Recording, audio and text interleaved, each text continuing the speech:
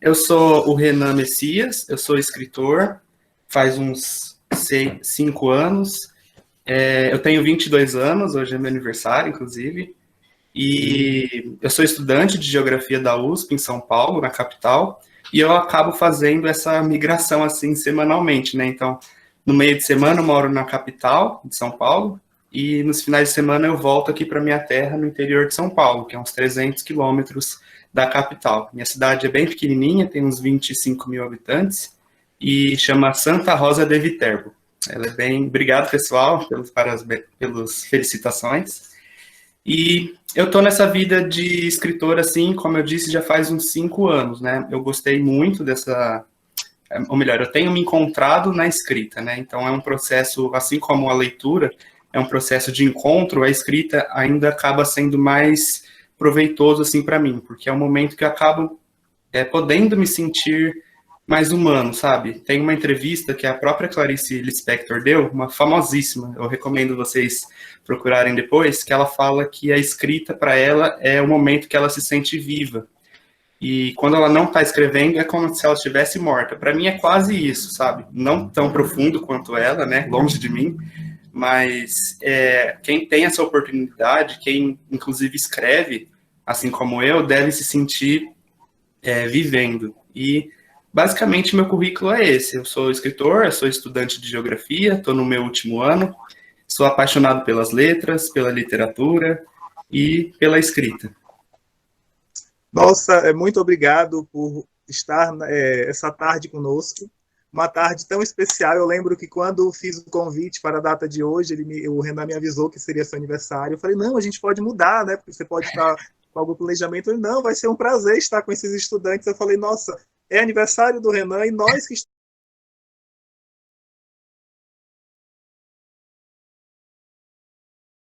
Então, para iniciar, Renan, eu gostaria de saber um pouco de você sobre quando surgiu o seu interesse pela leitura. Porque a gente sabe que para escrever bem é preciso que seja um bom leitor. Então eu gostaria de saber um pouco desse seu início, como surgiu esse seu interesse pela leitura. Realmente, a gente precisa, quando a gente vai escrever, nós precisamos mesmo estar em contato com bastante leitura, né? Para propriamente apropriar a nossa escrita e dar mais bagagem, né? Então, muitos escritores, quando a gente vai ver, inclusive, cursos de escrita, de storytelling, eles falam que a gente precisa realmente encher a nossa bagagem de leitura. E comigo, assim, também não foi diferente. Eu nasci de um berço, assim, um pouco privilegiado enquanto a escrita, enquanto a cultura, assim, em geral. Minha família gosta muito de música, gosta muito de ler livros, né? Mas, propriamente, a família, assim, da minha mãe. E, inclusive, a minha avó, por parte de mãe, ela também é escritora. Hoje ela tem os seus 78 anos e ela já ganhou prêmios literários, de poesia, tudo na área da poesia, assim. E isso sempre me motivou muito, assim. Inclusive, eu trabalho, né, numa editora daqui de São Paulo e eu estou reunindo as poesias dela para lançar um livro dela, solo, né? Eu acho que é um momento, assim, de resgate da memória, da escrita, bem interessante. E a minha avó acabou me influenciando bastante, né? Inclusive, se vocês forem abrir e baixar o e-book, a dedicatória para o livro, tá batendo reflexo aqui, né? É inclusive para minha avó. Então tá escrito lá para minha querida e amada avó Maria. E ela foi assim a minha maior influência, né? E por parte de pai, meu avô, ele fez parte por muito tempo dessa companhia de reis. Não sei se é uma coisa muito regional daqui do interior de São Paulo, mas não sei se vocês conhecem. É um grupo, né, que tem características assim religiosas e eles acabam aqui no interior, pelo menos, fazendo orações de casas em casas. E nesses grupos, inclusive, tem algumas figuras, né? Então, tem as pessoas que vão cantar, as pessoas que vão rezar, tem a figura dos reis magos, né? E o meu avô era uma daquelas pessoas que cantavam e faziam as letras das músicas. Então, ele tinha a poesia na própria ponta da língua, né? Então, nos últimos momentos de vida dele, ele já morreu, em 2017, eu sempre ia visitar ele na casa dele, porque já estava um pouco debilitado, e aí ele me contava muitas poesias, né? Então ele começava e não parava. E eu, inclusive, eu admiro demais, assim, quem consegue, né, decorar poesia, rima, né, batalha de rima, essas coisas, porque eu não tenho muita essa habilidade, confesso. Na verdade, eu não tenho nada dessa habilidade, né? Mas o meu avô, ele tinha muito, e aí ele foi também uma das figuras que mais me influenciaram. E quando eu era pequeno, além dessas duas figuras, como eu disse, a minha mãe, a minha tia me influenciavam muito na leitura, né? Então, eu sempre fui recheado de livros, livros infantis, e eu era viciado no livro A Barca de Noé, do Vinícius de Moraes. Então, eu tinha todos os livros decorados, todos os poemas, né, decorados dele. Deixa eu, inclusive, achar aqui para vocês. Essa preciosidade aqui, eu, inclusive, recomendo demais, assim, para quem gosta de poesia, para quem gosta de primeiras impressões, primeiras leituras, né, quem ainda está nessa fase de imersão na leitura, na literatura, é essa obra do Vinícius de Moraes que eu sou apaixonado. Inclusive, tem um álbum dele gravado, musicado, né, com os poemas todos bonitinhos aqui, e eu cresci muito com essa influência, assim, da poesia. No entanto, que as minhas produções têm se embasado na arte da poesia, né? E depois disso, eu acabei entrando um pouco nesse mundo da leitura, com Vinícius de Moraes, Cecília de Meirelles, com Isto ou Aquilo. Nossa, eu amava muito. E teve um período de tempo, assim, que a partir do sexto ano, né, a quinta série na minha época, que eu acabei me afastando da leitura. E aí foi um momento realmente que, hoje em dia, eu não me reconheço mais, sabe? Eu passei muito tempo sem ler. E aí eu voltei a ler lá no nono ano, oitava série. E aí foi um outro encontro.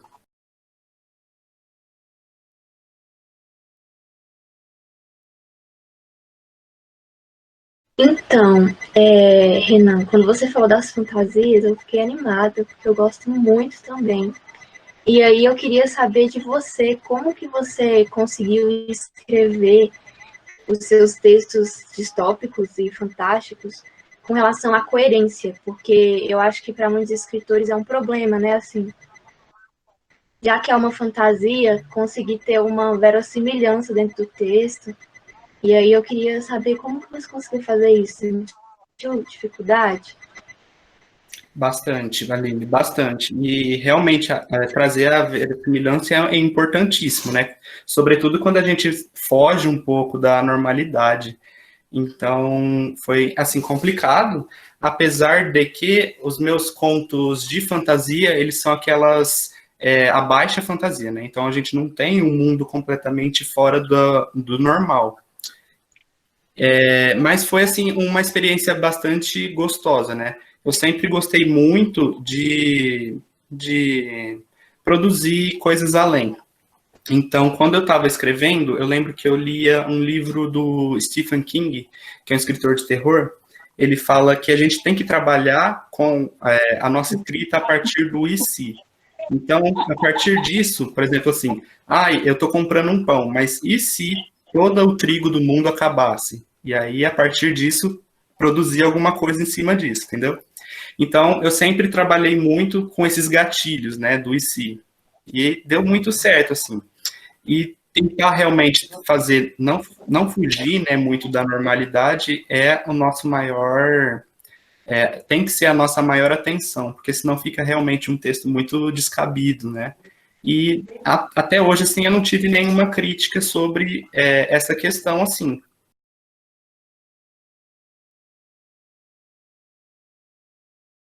Que é quando você vai escrever algum texto, qual é a sua rotina? Você fica isolado um pouco das pessoas? Você fica escutando música? Ou você prefere escrever de noite, de manhã, de tarde? Boa tarde, Gabriela. Eu gosto de escrever mais à noite. Eu gosto de ler de dia, quando a minha mente está mais vazia, assim, então eu consigo absorver mais. E de noite, quando a minha mente está, assim, cheia de coisas, né, dos momentos que a gente viveu no dia, ou das lembranças, das nossas lembranças mais recentes, eu acabo colocando nos meus livros. Eu terminei um livro agora na pandemia, que é um livro infanto-juvenil. Então, eu tive que fazer uma revisitação da minha própria infância, como você estava dizendo, assim, para me basear nas figuras das pessoas, né? Então, dos sujeitos mais velhos, e das próprias crianças, assim. E a partir disso, a partir não. E outra coisa que eu, para responder você, eu gosto de escrever geralmente em silêncio, total, assim, inclusive de madrugada, 1 hora da manhã, mas tem algumas obras, assim, que eu acabo escrevendo que eu preciso de um auxílio musical, tanto para dar um ritmo, assim, eu acabo entrando num equilíbrio, assim, entre a questão da digitação com a audição mesmo. Então, eu acabo reproduzindo esse ritmo das músicas que eu estou escutando na minha escrita. Não que elas vão interferir, sabe? Não que eu vou colocar alguma coisa. Mas eu acho legal ficar esse momento, assim, mais imersivo, né? Acaba dando uma sonoridade sem querer para o texto. Eu gosto bastante. E aí os estilos musicais variam, né? Então, para esse livro que eu estava escrevendo agora, que eu terminei, que é um romance infanto-juvenil, eu acabei escutando muito essas músicas indies dos Estados Unidos. E a Vinícius de Moraes também, né? Vinícius de Moraes e o Toquinho me influenciaram bastante, assim, nessa minha última obra.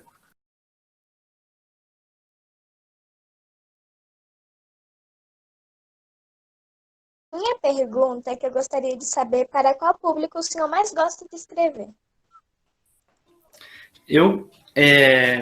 É um spoiler, né? Minha próxima produção é um livro infantil e eu tenho gostado muito desse público. Então, eu já tenho alguns outros livros, assim, na gaveta para eu acabar produzindo, mas, sinceramente, eu gosto mais dessa fase infantil, infanto-juvenil, porque eu acho que a gente consegue trabalhar a linguagem de uma maneira muito mágica, sem ser fantástica, né? Sem ser da fantasia. E eu acabo me apaixonando, né? Então, as crianças, assim, têm um espaço no meu coração, eu gosto muito. Mas leitores são todos muito queridos, né? Então, eu gosto de todos. Mas as crianças realmente têm esse lado mais peculiar, né? Mais curioso mesmo. Entendi, obrigada. Imagina.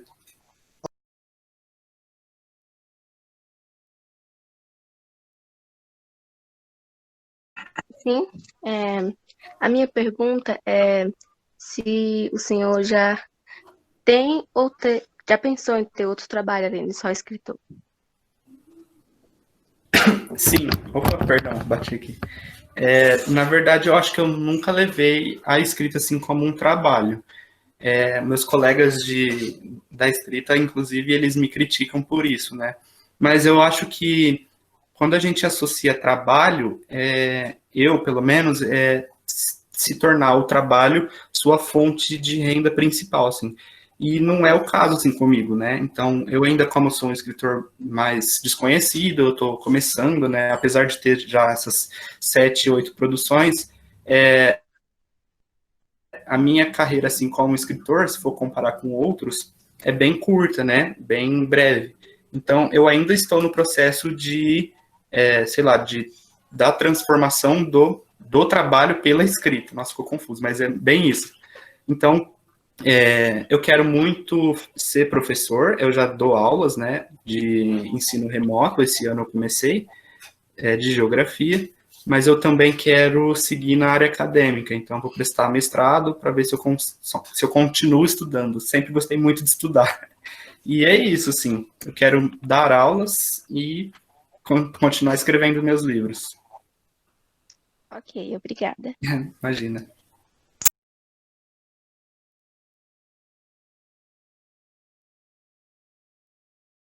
Renan, agora nós temos perguntas de 2 professores para você, tá bom? O professor Luiz, ele é professor de biologia, se eu não me engano, me corrija, Luiz, se eu estiver errado, e também ele trabalha na Secretaria de Educação, né, na Regional de Ensino. Ele está representando aqui para a gente a Secretaria de Educação, e ele gostaria de fazer uma pergunta para você.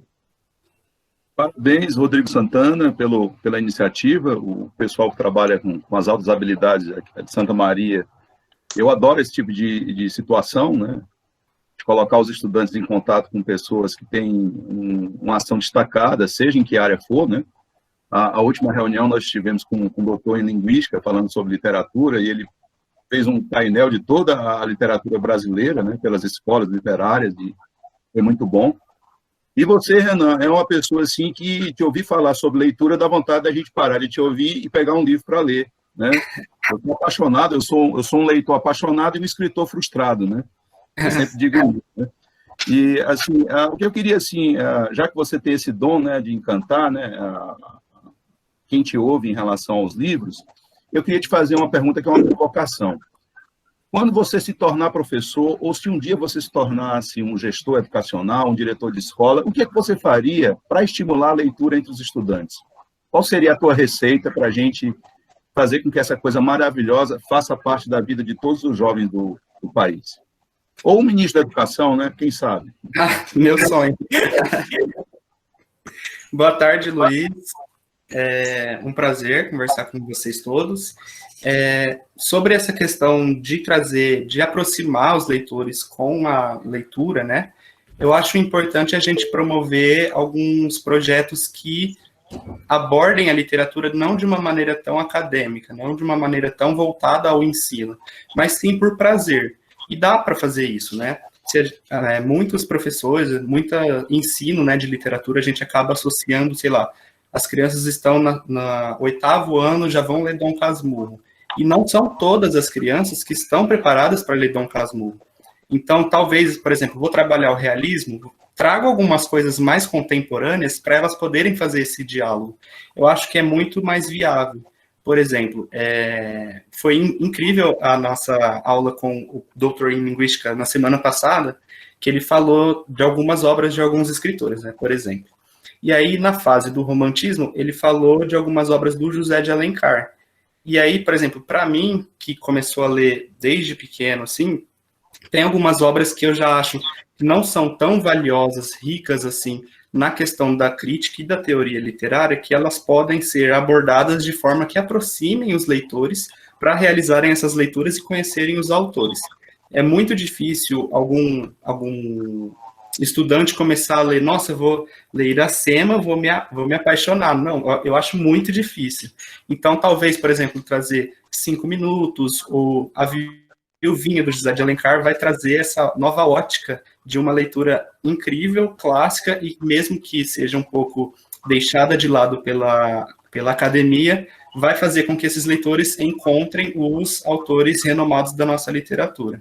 Outro ponto que eu acho legal também a gente fazer esse encontro dos leitores com os livros é a gente promover projetos mais interativos. Então, por exemplo, grupos de leituras, clubes, né, de leitura, então todos podem ler algum livro que seja equiparado, né, tanto com o nível de aprendizagem deles, quanto com os interesses que eles têm em comum. E hoje em dia, com o desenvolvimento das novas tecnologias, a gente acaba tendo muito contato com a literatura, não só através dos livros. Então, a disponibilidade de livros, sejam pelos aplicativos, né, e tanto quanto a disseminação da literatura através do YouTube, dos Instagrams, acabam promovendo uma literatura mais contemporânea, no sentido de que a gente acaba descobrindo novos autores. Então, começar alguns livros e talvez também relembrar livros que já foram muito influentes, em razão do contexto atual que eles estão vivendo, eles podem acabar entrando nesse mundo encantado dos livros, né? Então, por exemplo, no mês de junho, né, a gente acabou vivendo muito essa questão dos livros com a temática racial. Então, não só a gente precisa ler os clássicos, mas também estudar os livros contemporâneos que a gente tem por aí e que estão abordando, que estão debatendo essa questão na nossa contemporaneidade. Eu acho que é mais nesse sentido, né, de promover encontros mais interativos e promover a literatura não só através do ensino, mas também como hobby, como prazer, que aí sempre vai ser gostoso. Acho que é isso. Obrigado, Renan. Obrigado, professor Luiz, pela pergunta, né, pelo desafio, né, que você fez ao Renan, e ele conseguiu realmente nos apontar essa situação. E é bem interessante, eu, enquanto professor de literatura e trabalhando com esses estudantes que precisam de motivação além do que eles já têm na educação básica. Então eu tento trazer para eles esse tipo de leitura, né? Muitos ficam preocupados, professor, eu já quero ler Clarice Lispector, tem a Eduarda mesmo que ela fica zangada, professor, eu quero ler, eu falei, você não tem maturidade ainda, ela está no 8º ano e já quer ler Clarice Lispector, calma, vai chegar o momento, né? Mas, Eduarda, publicamente falando, quando a gente retornar presencialmente, você vai ler Clarice Lispector, tá bom? Fico feliz sabendo disso. Ok. E agora nós vamos ouvir a professora Mariana, também tem uma pergunta para te fazer.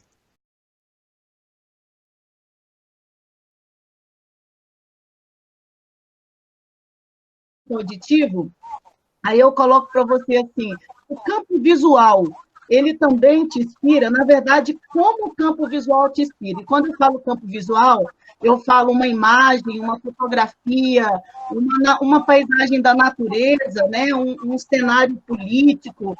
Como é que essas coisas te inspiram? Porque a garotada aí também, já sei que o Rodrigo já fez mexer muito dentro deles, e o processo criativo, ele é importantíssimo para a escrita. Uma escrita visual, uma música, a produção de uma própria fotografia, né? Conta para nós aí que eu fiquei curiosa. Não, completamente. Prazer é meu, Mariana. Eu acho que a própria literatura está de mãos dadas, assim, né, com a produção audiovisual. Então, comigo também não é muito diferente disso. Eu sempre busco essas referências, busco essas influências. Eu sou uma pessoa, assim, que tive alguns privilégios, assim, no sentido de poder visitar alguns museus. Eu gosto muito de teatro, gosto muito de cinema, de música e fotografia também. Então, por exemplo, eu estou escrevendo um livro que é de poesia também, que eu estou retratando o modo de vida camponês pela poesia. Então, eu tento tratar um pouco dessa questão visual mesmo, para que os leitores consigam fazer essa relação, né? Buscar visualizar melhor o que está se passando por ali, porque a poesia também já é um pouco mais, não é tão explícita quanto na prosa. Então, a poesia ela já tem um pouco mais de trabalho assim no sentido visual. Então, quando a gente busca essas referências, áudios do áudio e do visual também, das artes, né, em geral, a gente consegue reproduzir com mais clareza o nosso trabalho. Então, por exemplo, para esse trabalho que eu estou fazendo, eu gosto muito do Sal da Terra, do Sebastião Salgado. Nossa, eu acho incrível, incrível, incrível. E aí eu gosto também de escutar música, então eu gosto muito de Elba Ramalho, eu gosto muito do Alceu Valença, que vão trazer para mim esses artifícios que talvez eu não teria se eu não tivesse esse contato com eles, né? Então, eu acho fundamental a gente conseguir fazer esse diálogo e realmente nos influenciar, viver o que eles estão proporcionando para a gente e replicar na escrita. Eu acho bem assim.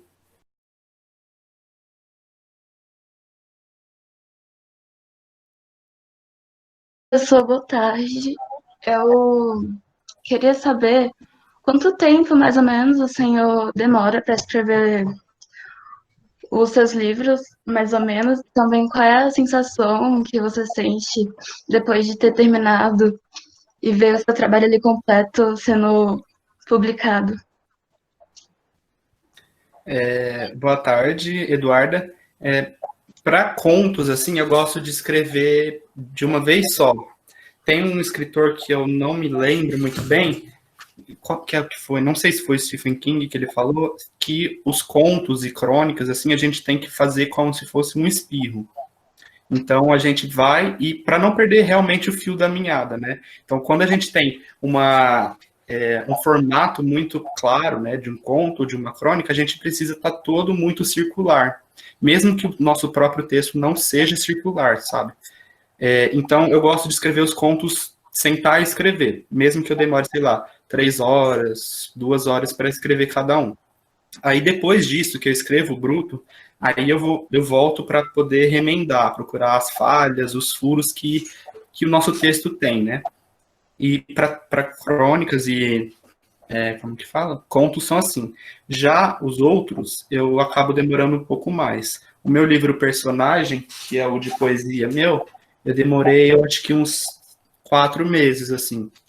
Porque a poesia, eu acredito que a poesia ela tem que viver na gente e não a gente forçar ela, sabe? Então, eu acabo deixando a inspiração vir para poder passar para o papel. Então, tem até um poema aqui meu que eu falo disso, né? Da busca da criatividade. Então, eu acabo demorando um pouco mais. O meu infanto-juvenil, que vai sair o ano que vem, que já está pronto, inclusive, eu comecei em 2016 e terminei agora em julho. Então, não que eu fiquei escrevendo todos esses anos, mas demorou um pouco, né, para a gente se dar bem com a própria nossa escrita. Então, acaba demorando um pouco mais quando é prosa. E varia muito, né? Então, o meu próximo livro que eu vou mostrar para vocês, eu acho que eu escrevi em uma semana. E é assim, varia de gênero, né? Contos eu gosto de escrever em um dia, e a poesia eu deixo ela nascer. Então, demora mais, eu deixo ela ditar o tempo dela. Muito bom. Ok, muito interessante você mostrar para a gente, né, falar um pouco para a gente sobre essa sua experiência com a escrita, porque nossos estudantes têm uma característica da ansiedade, então querem fazer tudo e ver tudo pronto já com muita rapidez, mas eu acho que isso é uma característica dessa geração, né? Então é algo assim muito imediatista. Renan, nós temos mais uma pergunta da Amanda. Ela está utilizando a conta da mãe, então vai aparecer Roberta, mas é Amanda, nossa estudante Amanda. Ela teve problema na conta dela, do e-mail, tá bom? Aí depois da pergunta da Amanda, você vai apresentar sua última produção, tá bom? E os outros estudantes que queiram fazer perguntas, se inscrevam pelo chat, tá bom? Então, Amanda, por favor, pode fazer sua pergunta.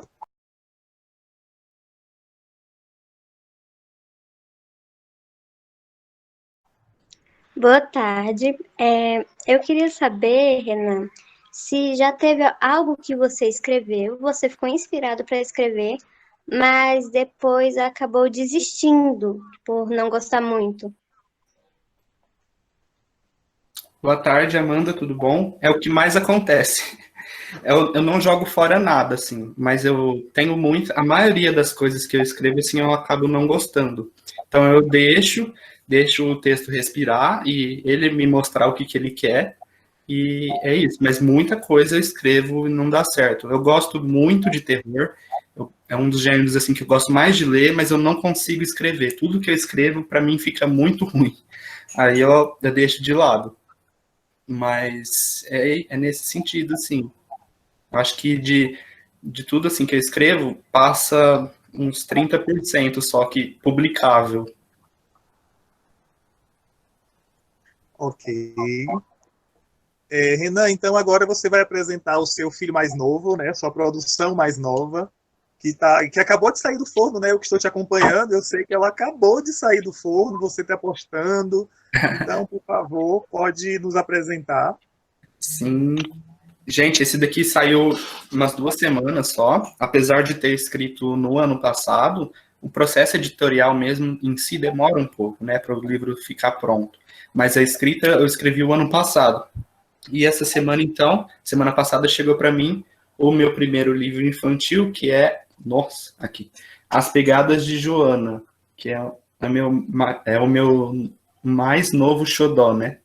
Então, esse livro eu sou completamente apaixonado porque traz ilustrações assim lindas de uma amiga minha, a Júlia Navarro, que ela é ilustradora da nossa editora.